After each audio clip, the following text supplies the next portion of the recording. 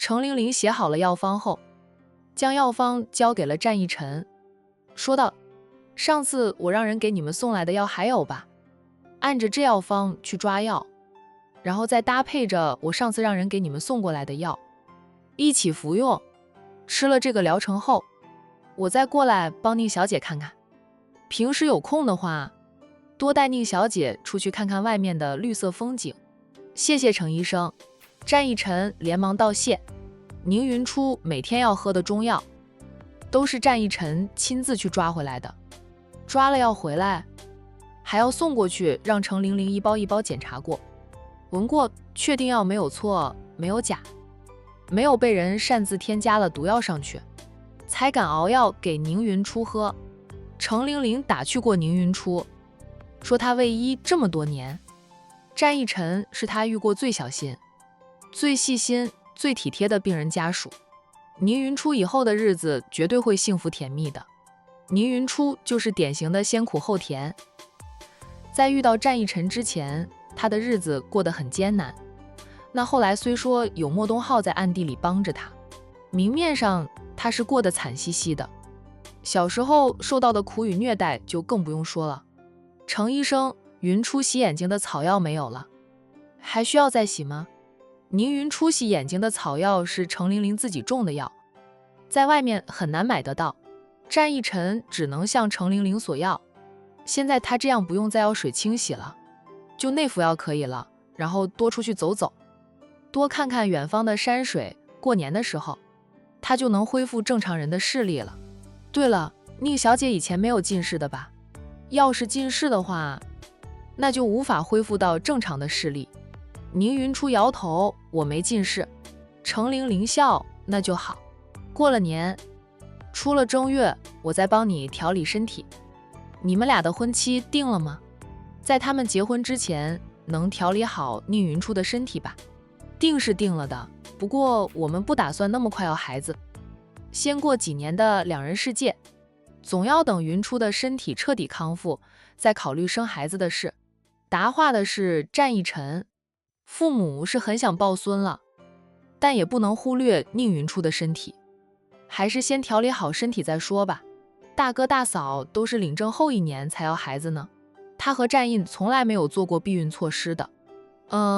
是孩子不来报道而已，就与战一晨小俩口的情况不一样。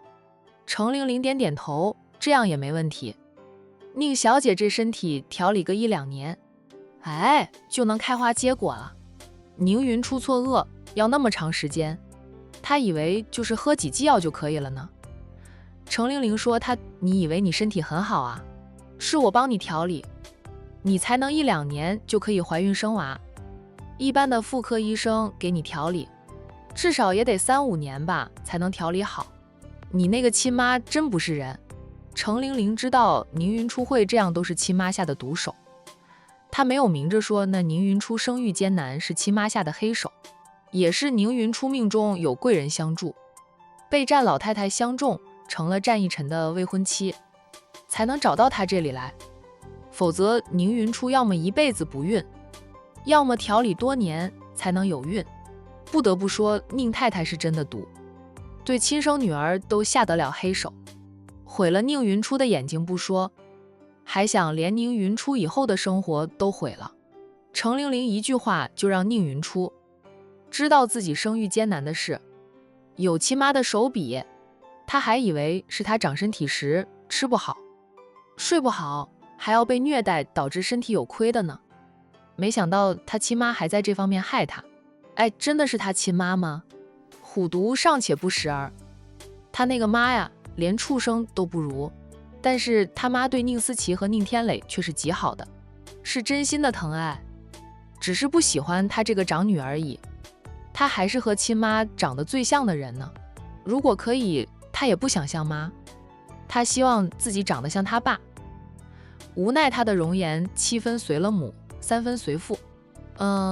战一晨再次向程玲玲道谢。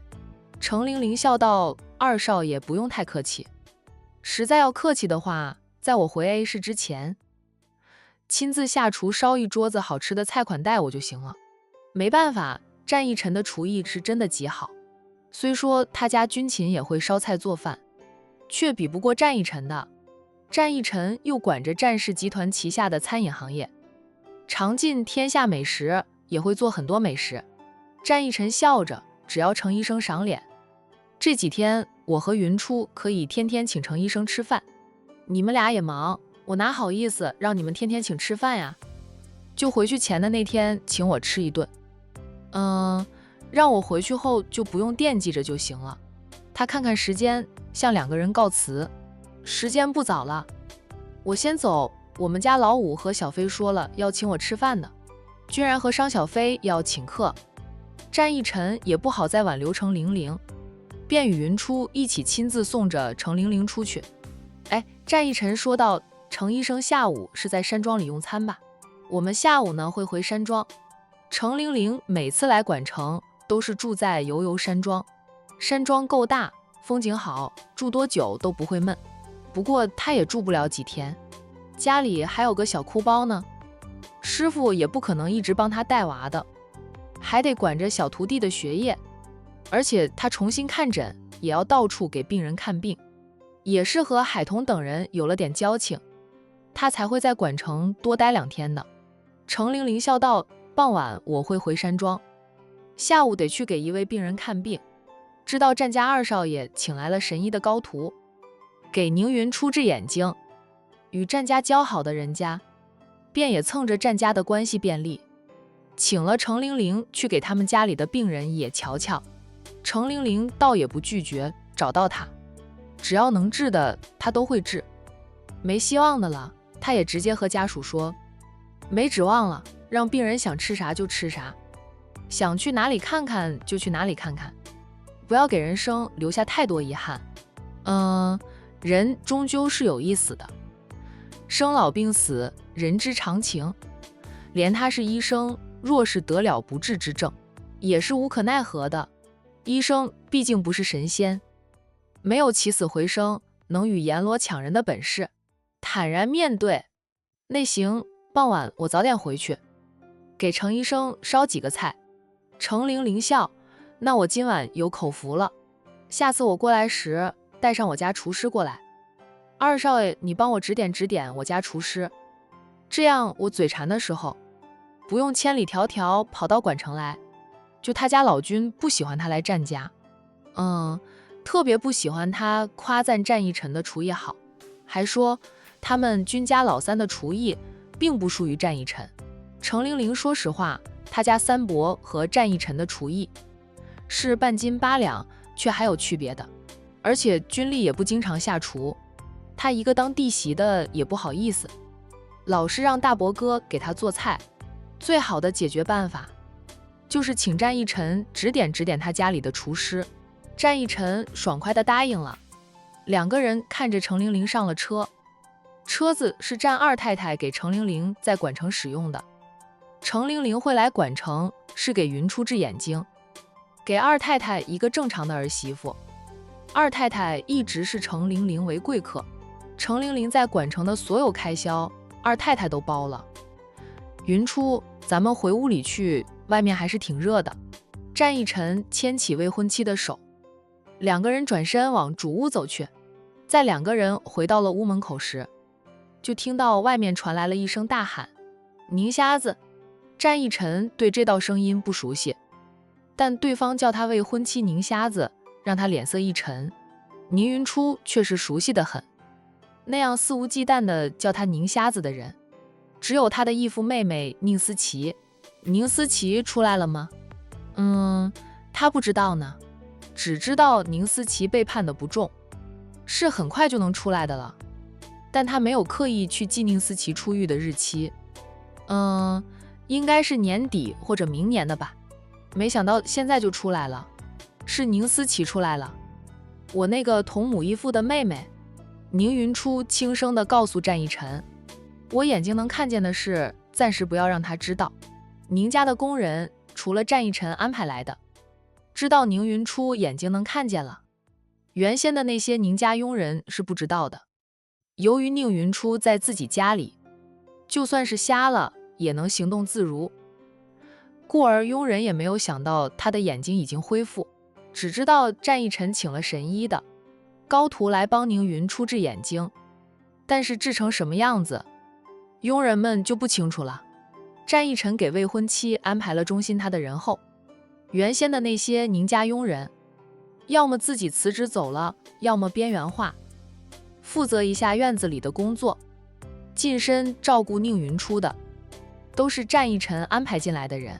就连以前的宁家管家都受不了边缘化，自己走了。现在宁家的佣人基本上都是新的，还留下来的几个人，也是以前没有伤害过宁云初的。战义臣答道：干嘛要让他知道？那自然是不能让他知道的呀。他出来了，定会跟我闹得天翻地覆。最近日子过得太平了，有个人斗上一斗也能解解闷。你别轻易出手，让我自己解决。战义臣：好吧，要是解决不了，一定要跟我说，不能跟姓莫的说。莫大哥都和嫂子领了结婚证，他们是合法夫妻了，你还把他当成你的情敌啊？我一直都是把莫大哥当成哥哥看待的，就从来没有过其他想法。莫大哥也是如此。你呀，不要胡思乱想。战义臣哼哼着啊，他心里怎么想的，我最清楚。莫大哥过来的时候，你可是哥哥长哥哥短的叫着，他不在这里，你就哼哼的。战义臣，我今天才知道你这么会装啊。战义臣边陪着他重新走向别墅的大门口，边说道：我叫着他哥，是提醒他，他只能当你的哥哥，别有其他想法。我战义臣的老婆，他是抢不走的。宁云初，不跟你这个醋坛子说了。战义臣低低的笑，我们战家男人的特色，爱吃醋。宁云初失笑，就他只知道战印喜欢吃醋。现在看来，他家这个也是很喜欢吃醋的。宁思琪站在门口，看到战义臣牵着宁云初的手，两个人慢慢的朝他走过来，他就火冒三丈。他在里面坐牢，宁云初却在外面攀上了战义臣。战义臣俊美非凡，半点不输于战印，但战印过于严肃冷漠，战义臣要温和很多。让宁思琪选择的话，他是选择战义臣的，只是呢，他没有这个选择的机会。一来他刚20出头，就算父母没有进去，也不会这么快让他嫁人，总要多留他几年的。二来战家的少爷，他能见到的屈指可数，更不要说选择他们当男友了。看到宁云初和战义臣站在一起，毫不违和，男俊女俏，郎才女貌，宁思琪就极度的发疯。宁瞎子能接管宁家的一切，并害得他两个大姑姑家里破产，欠债不就是靠着战家的势力吗？他还在里面拿宁瞎子没办法。现在他出来了，他绝不让宁瞎子如愿，不能让宁瞎子幸福。宁瞎子，马上给我开门，让我进去。管家呢？佣人呢？他叫了宁云初后，都没有看到管家和其他佣人出现，难道都让宁云初换掉了？该死的瞎子，凭什么把他母亲培养出来的人都换掉？宁思琪，你什么时候出来的呀？你管我什么时候出来的？马上给我开门。宁云初走到了别墅门口，却不开门。他看着宁思琪，淡淡的道：我看不见，开不到门，你自己想办法进来。宁瞎子，战义臣冷不丁一脚踹在门身上，吓得宁思琪后退了好几步，惊恐地看着刚刚还显得温润如玉的战义臣，一瞬间就变得凶神恶煞，那眼神冷冰冰的，消在他的身上，让他没来由就心生惧意。哇，这个男人变脸好快！再叫一声宁瞎子，信不信我把你的舌头割下来喂狗？战义臣就阴森森地警告着宁思琪，姐妹俩想怎么斗，他可以放手让宁云出去处理，但他听不得别人骂未婚妻瞎子。别说宁云初重见光明了，就算宁云初的眼睛还瞎着，他也不允许任何人在他面前叫着宁云初瞎子。宁思琪被吓到，他相信战义臣敢这样做。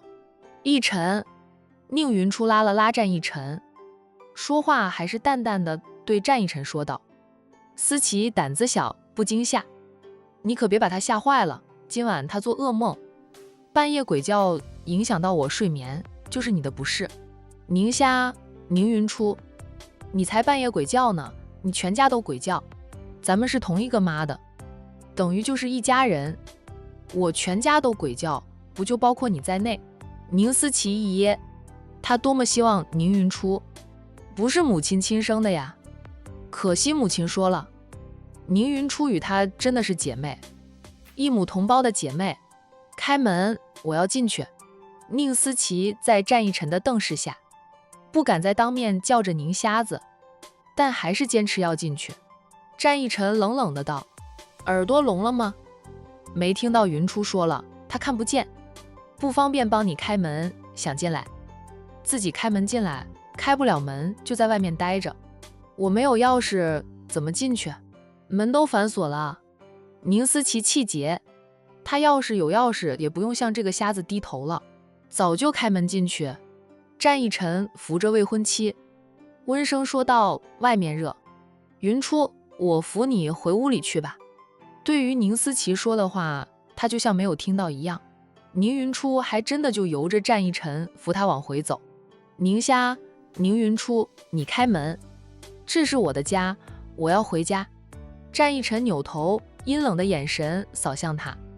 宁思琪就不敢说话了，气结地看着两个人越行越远，直到身影没入了主屋。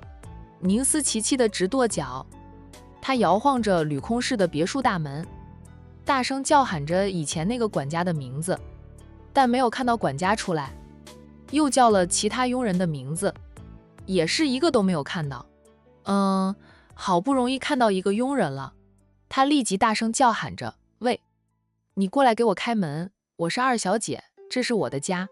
宁思琪叫了很多人的名字，都没有看到有人出来，猜到家里的佣人都被宁云初换了个遍，心里对宁云初的恨意又浓了几分。那名佣人走过来，审视了宁思琪片刻后，说道：我没有见过二小姐，不知道二小姐长什么样，不能确定你是不是二小姐，暂时不能给你开门。我就是你们的二小姐，屋里有我们一家人的全家福的，你们没有见过我的相片吗？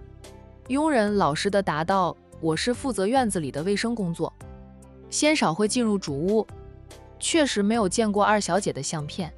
你要真的是二小姐，刚才大小姐出来的时候，怎么不给你开门？那个宁瞎子故意的呗，我爸妈被他害惨了，他当了老大，就不把我放在眼里了。我告诉你们，这个家我才是主人，那个宁瞎子不过是寄人篱下，她是我二叔的女儿，可不是我爸的女儿啊。宁思琪忽略了这栋别墅本是他二叔的，是宁云初亲爸留给他的遗产，宁思琪才是寄人篱下的那个，住着别人的房子还想据为己有。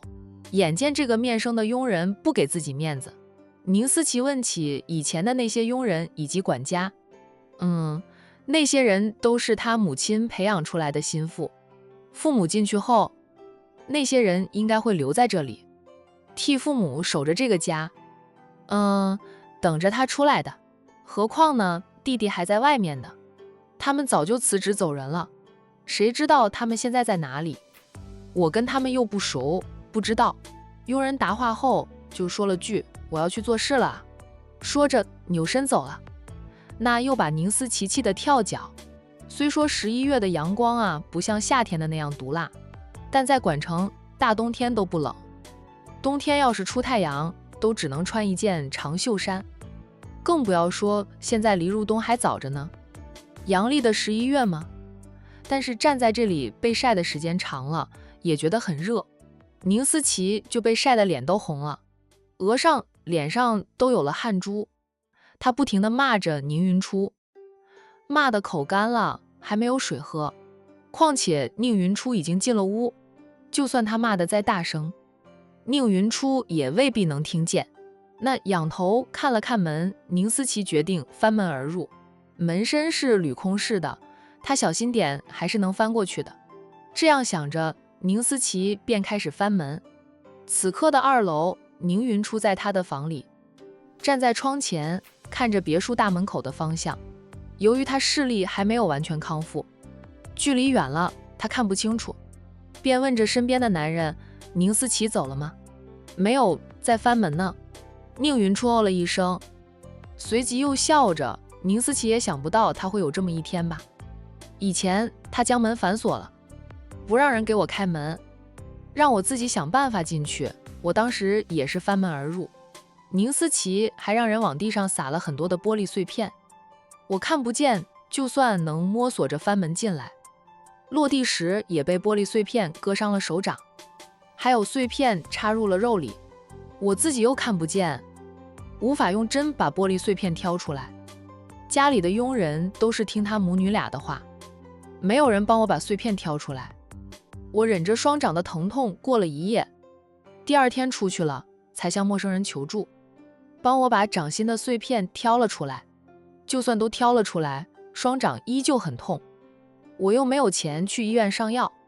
还是那个帮我挑碎片的陌生人，看我双掌那么多伤，同情我，给我买了消毒水、止痛止血的药，帮我消过毒后再上药。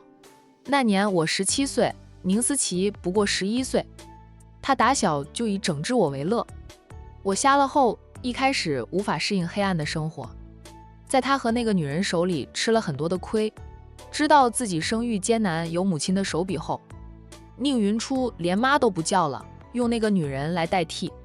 战逸晨听了后，当即就掏出手机，打电话给宁家的新管家。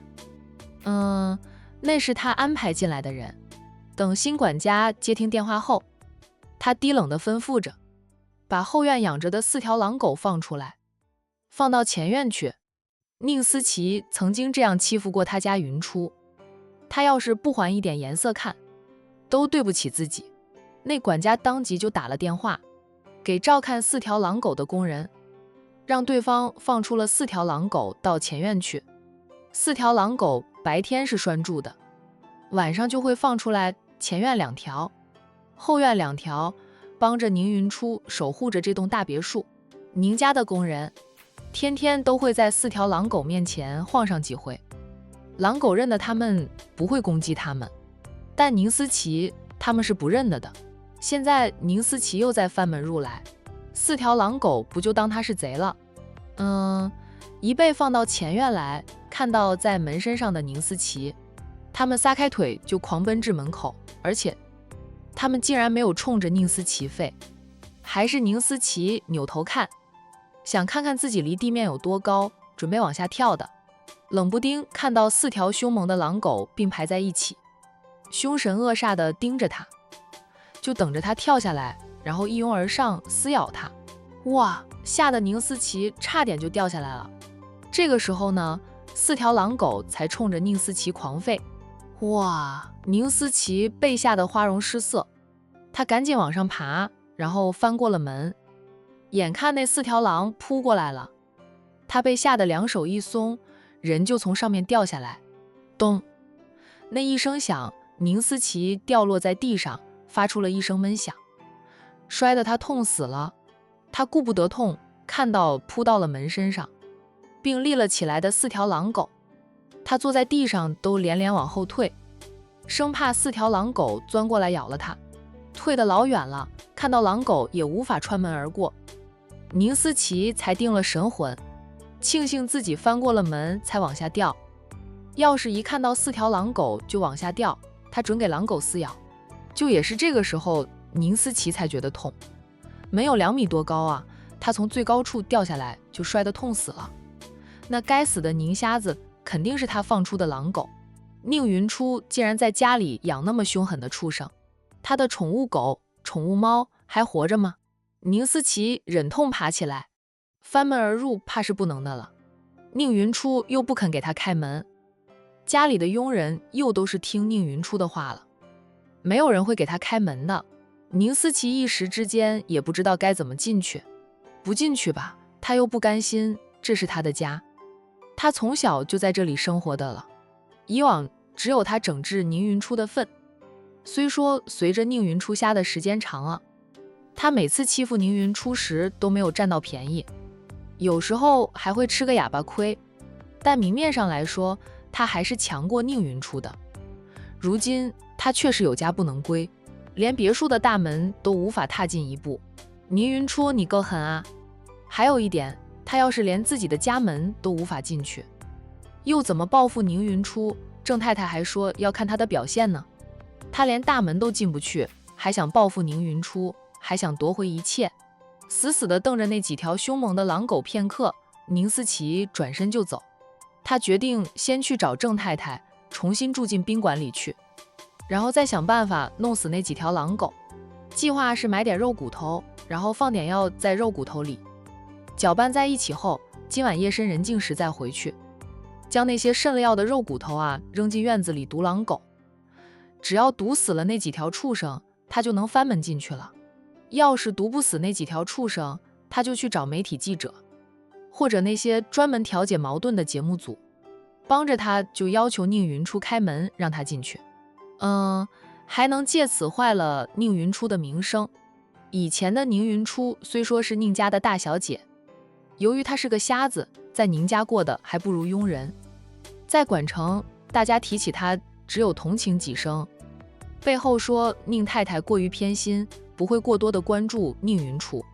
现在的宁云初成了战家二少爷的未婚妻，就是未来的战家二少奶奶。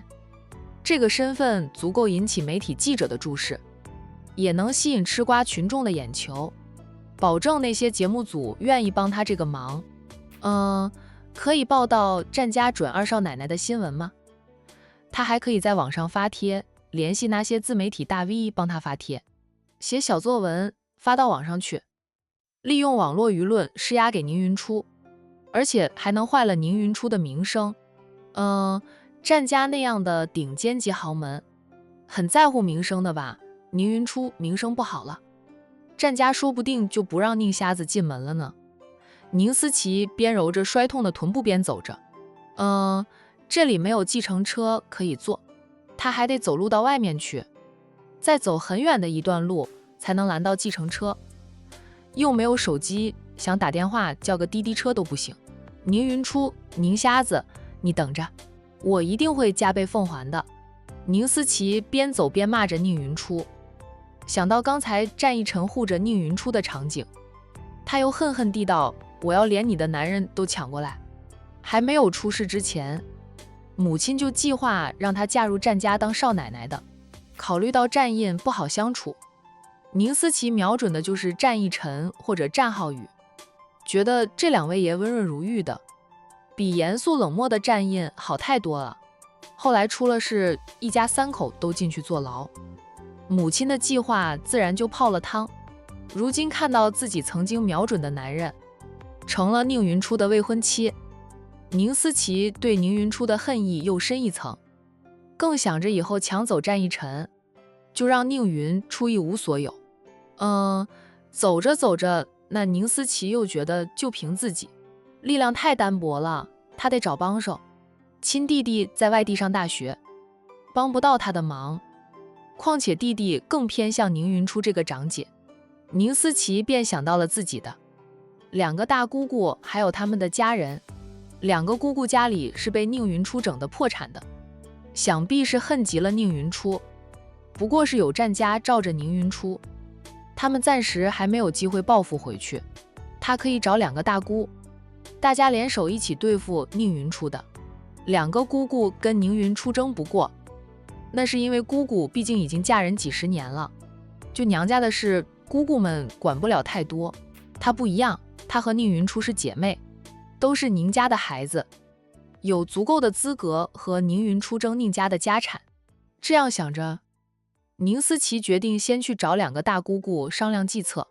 走到外面后，宁思琪向保安借用了手机，打电话给郑太太，问郑太太是否知道她两个姑姑现在的住处，她要去找他们。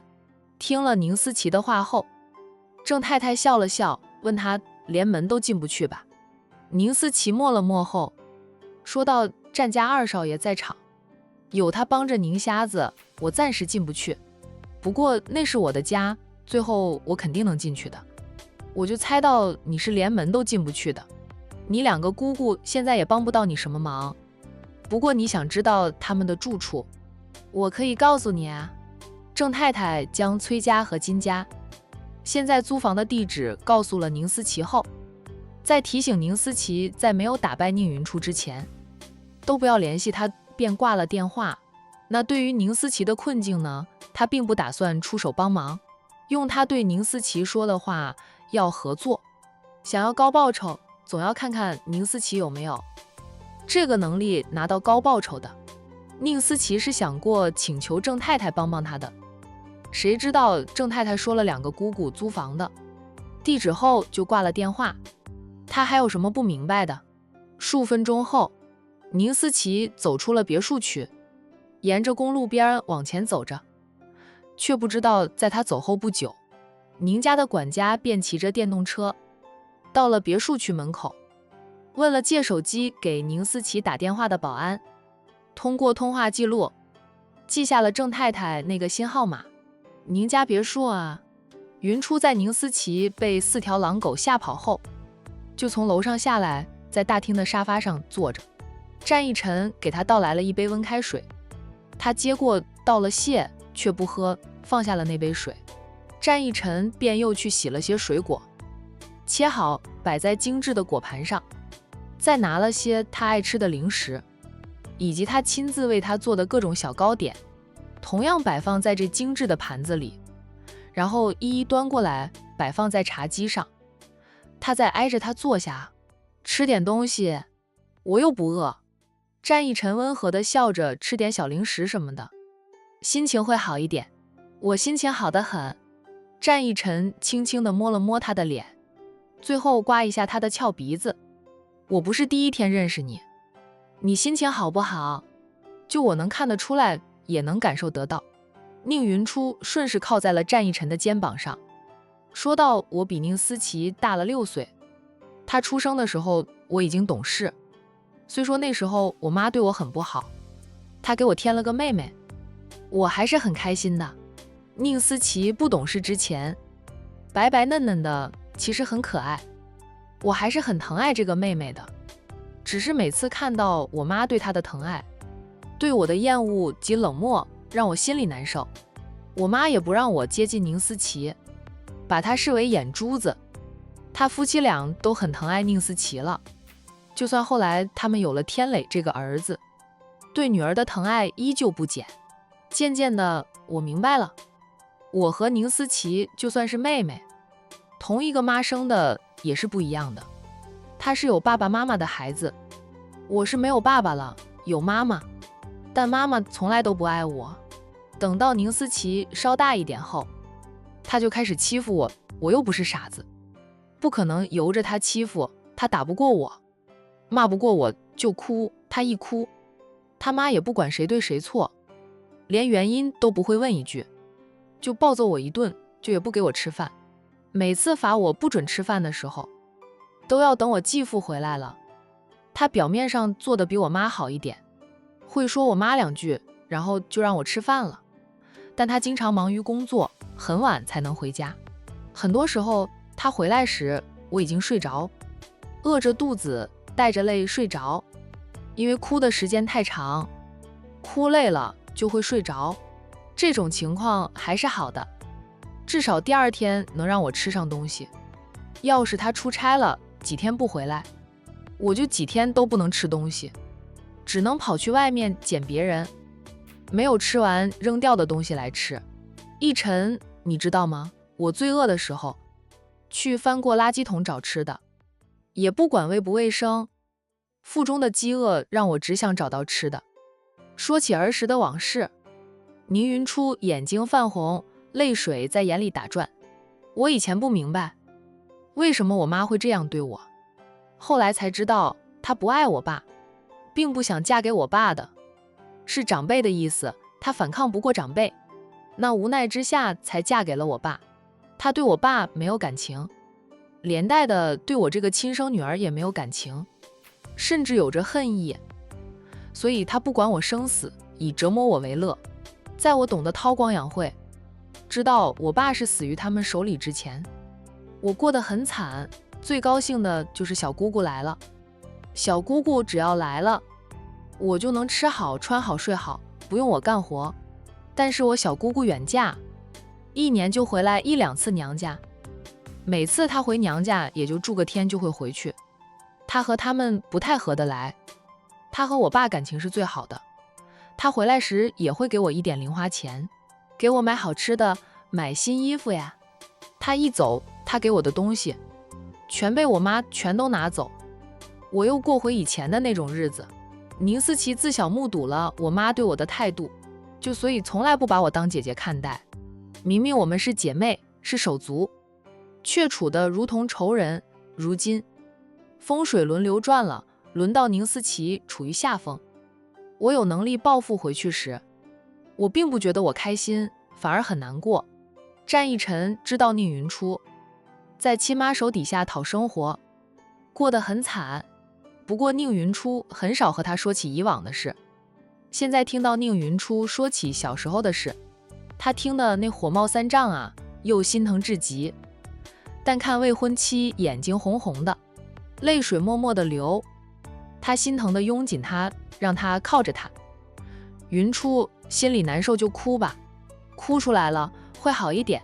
也不是所有的兄弟姐妹都能相亲相爱的，也不是所有的父母都是慈爱的，有些人就是不配为人父母。我们也无法自己选择父母兄弟，面对那些无情的人，我们只能选择远离。宁云初想抽纸巾，战一晨连忙抽来了纸巾，温柔地帮他擦拭着泪水。宁云初又自己擦着眼泪，声音虽然还哑着，却又透着他的坚强。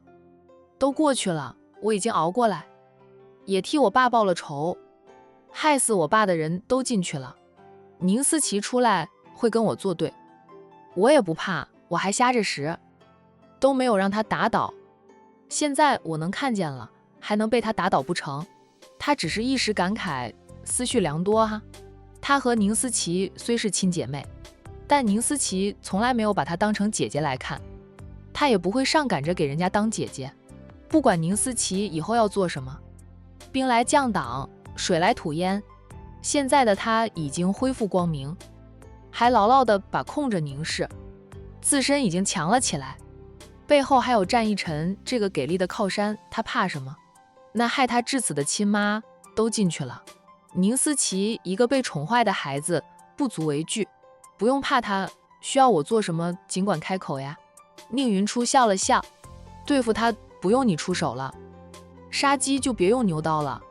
战一晨见他情绪平稳了，放下心来，便拉起他的手到唇边，轻轻地亲吻着他的手背，温柔的道：云初，不要有负罪感，也不要觉得自己对不起他，你没有对不起任何人，是他们对不起你。这栋大别墅本来不是你爸留给你的，宁氏企业也有你爸的一份，你不过是替你爸讨个公道，拿回属于你的东西而已。宁云初与他对视片刻啊，他忽然扳住了他的俊脸，凑近前去，就在他的唇上戳吻了一下。一晨，放心吧，我不会当圣母的，他没有那么伟大的胸怀当圣母啊。